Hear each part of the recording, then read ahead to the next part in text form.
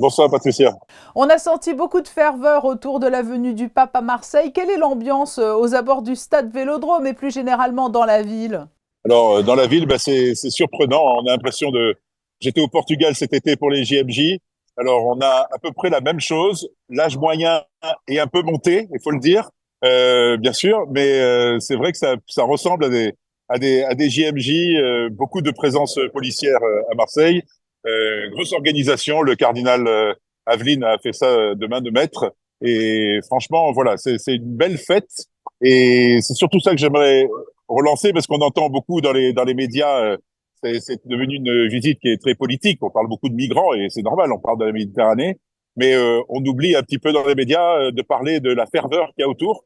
Et c'est cette ferveur qui est assez impressionnante à voir ici. On retrouve vraiment l'esprit des JMJ, mais avec le pape qui arrive toujours à fédérer les foules.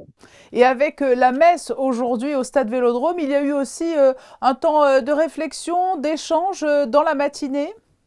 Oui, tout à fait. Nous étions au Pharo ce matin, où le pape disons, d'abord a écouté les conclusions de ces rencontres méditerranéennes, puisque ce sont d'abord des évêques qui se sont réunis avec des jeunes pendant toute la semaine pour parler, eh bien, les jeunes, évidemment, de tous les origines, de toutes les origines des différents pays de la Méditerranée, qu'ils soient chrétiens ou non. C'était assez intense, la présence du président Macron avec son épouse, du ministre de l'Intérieur, M. Darmanin. Vous accompagnez Ferxel, une importante délégation venue de Monaco. Oui, il y a presque 70 personnes qui ont fait le déplacement. Alors, le quota était limité puisque Monseigneur Aveline, le cardinal de Marseille, a voulu inviter tous les diocèses. Donc, beaucoup de places ont été demandées. Donc, on a eu un quota qu'on a rempli très facilement. On aurait pu doubler, voire tripler, je pense, avec les demandes que l'on a eues. Aujourd'hui, c'est la venue du pape, c'est ma dernière question, mais tout au long de l'année, il y a une communauté chrétienne à Monaco qui est très resserrée et très dynamique.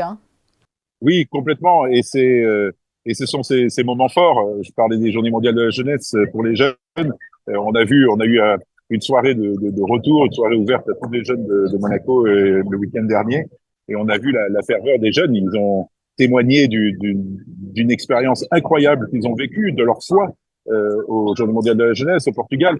Et maintenant, voilà, place aussi à toutes les générations de pouvoir vivre ces moments intenses qui sont quelque part qui rassurent aussi dans la foi et qui permettent de se relancer, de rebondir de nouveau, être sur un tremplin pour la suite des activités à Monaco, parce que c'est aussi l'objectif, c'est qu'à Monaco, bien, tout le monde en tire parti et que les gens puissent, tous les fidèles puissent évidemment se remotiver en vivant ces moments de ferveur.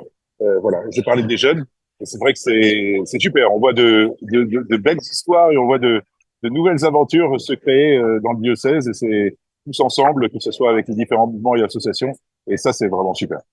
Merci Ferxel Fourgon d'avoir été avec nous en duplex de Marseille. Merci Patricia et bonne soirée.